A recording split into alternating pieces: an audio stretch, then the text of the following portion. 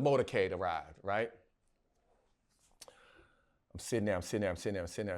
Next thing I know, I mean, if you ever been anywhere near a motorcade, you can hear it coming.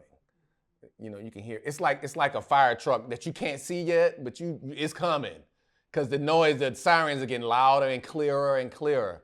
So all I'm hearing are sirens and motorcycles. You know, I'm just like, oh shit, it's happening now. It's happening.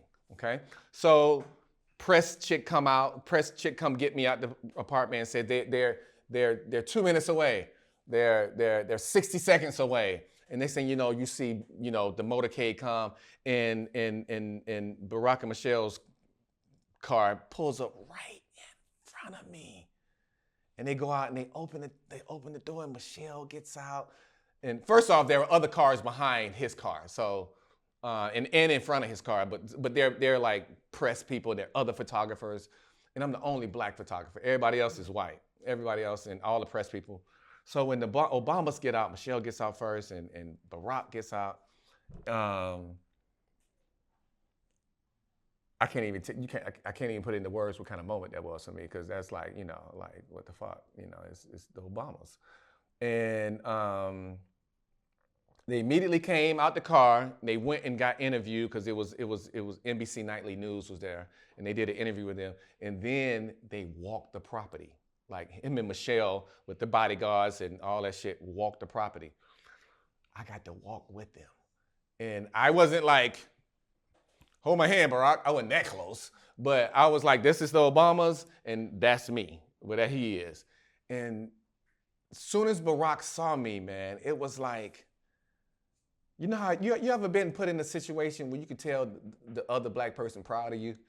You know what I mean? Like you felt, it was like, damn, we got one of our own, out here with me. And he felt proud of me, and I smiled, he smiled at me, and I smiled at him, and I didn't even have to take a picture. But that moment right there meant everything to me. And of course, I must have let off about 30 frames. And it was drizzling, and I got Barack holding the umbrella for Michelle. And after he looked at me, he's walking straight ahead, but he still got the, if someone smiles and it's a for real smile, like if it's a for real laugh, it doesn't go away quickly. It's that lingers a little bit. It's still there, right? It takes a minute for them to go back to their, that smile is there, that smirk is still there. And I captured that. I captured him still smirking as he's walking, and with Michelle holding the umbrella. And, now that piece hangs over my parents' fireplace. It's that size. But, it was a moment, man. And it goes back to what I said earlier is, you may do a little $500 job, $400 job, it's okay. Sometimes that $500 job turned into some hella. I gave this dude a deal. I shot like 50 fucking people for $50 a piece. That's a lot. Even though I still made some cool money, $50 ain't a lot to take headshots, and you setting up lights and you fucking doing this, and you dealing with different people. That's a whole nother monster in itself. And no knock to the women, but sometimes y'all extra as fuck, and it's let me see my picture, and all that's taking up time. I got my light set up where I want it. You sit right here, ma'am. Boom, boom, boom. Next. Boom, boom, boom. Next. And I wasn't necessarily getting that, but because he understood that, even though I was like, yo, this is taking way longer than it should have, because when you're dealing with 100 and some people, and then you got to organize a group shot at the end, people, if you don't take control of the shoot, so you right here, no, you stand right there, look at me, don't look at the camera phone, don't look at somebody holding a big ass iPad trying to take a picture, look here. You got to lead the motherfuckers, right? You got to lead them. It's up to you, right? You take control of your shoot. When you do that, and people that hire you see how you move. I got to shoot in New Orleans, shooting the fucking Obamas. Off of a $50 headshot shoot. $50 headshot shoot. I got to even in I got paid $3,500 to shoot the Obamas, but it wasn't about that money. It was about I got put in this space. I got put in the room because of some shit because how my character was and how I acted back then. Just what my son said.